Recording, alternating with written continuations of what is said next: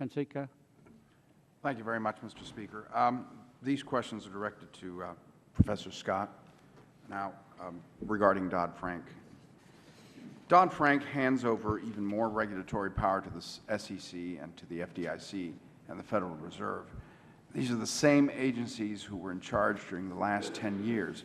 Yet, during that time frame, we've seen gigantic accounting scandals such as Enron and WorldCom, billion-dollar Ponzi schemes, Madoff and Stanford, and a mortgage meltdown that has left millions of Americans unemployed and wondering if they'll be able to pay their bills.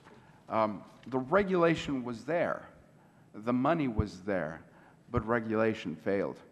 And now we've given even more power to a lot of these same agencies that failed the American people this last decade.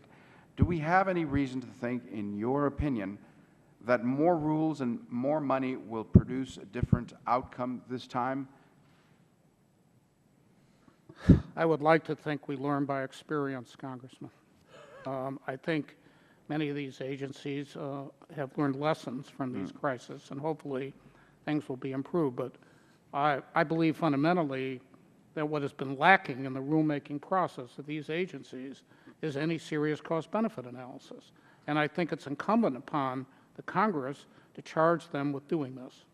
Well, has recent legislation really altered the underlying structure of our regulatory agencies, which is what really needed to be changed? Structure? Yes. Yes, absolutely. This, to me, was one of the, I commented on this in my written testimony, FSOC is not the answer to our structural problem. The President talked last night about reforming the federal government structure. Well, part of that federal government is the financial regulators. And, you know, since Secretary Paulson issued his blueprint, our committee has issued recommendations of serious consolidation. I don't think if you have the best policies in the world and you don't have a good way of implementing them, they're not going to work. And I think we failed on that. Dodd-Frank did not accomplish a real fundamental change in the regulatory structure of our financial system, and it's desperately needed. Well, let me move into a different area of Dodd-Frank. And I come from Texas, and I have a huge swath of a lot of small towns, hamlets, and villages all through West Texas. In November of 2007, 1 month before the recession began, the unemployment rate in the U.S. was 4.7%. Today, it's actually doubled to that of 9.4%. Small businesses have been hit the hardest. According to the Small Business Administration, firms that employ fewer than 100 workers account for about 35% of the workers in our economy. In my district, which is the 23rd District of Texas, these companies are often financed by small community banks. And unfortunately, it is these small community banks, so vital to our economy, that will suffer the most from over-regulation, such as Pecos County State Bank in Fort Stockton, Texas. It takes in over 50% of its deposits in the Fort Stockton area.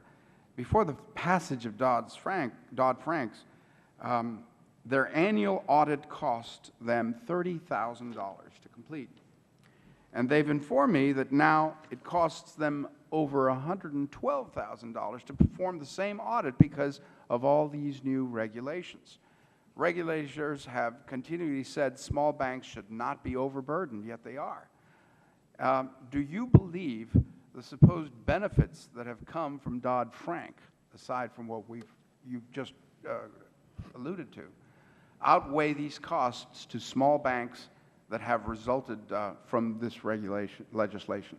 Congressman, I haven't done the analysis, but I would doubt it. You know, there's a parallel here with SOX 404 and its application to small business. And we went through a long period where everybody wanted to fully apply SOX 404 to all businesses. But to small businesses, it was a big deal. They had these costs, smaller business, they couldn't afford them.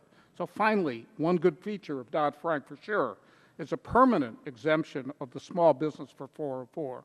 So I think we need to take a serious look at how all these regulations are, as part of our cost-benefit analysis, impacting small business, because that's that's where our economy starts with, small business. Ergo, a bad regulation. Yep. All right. I yield back the balance of my time.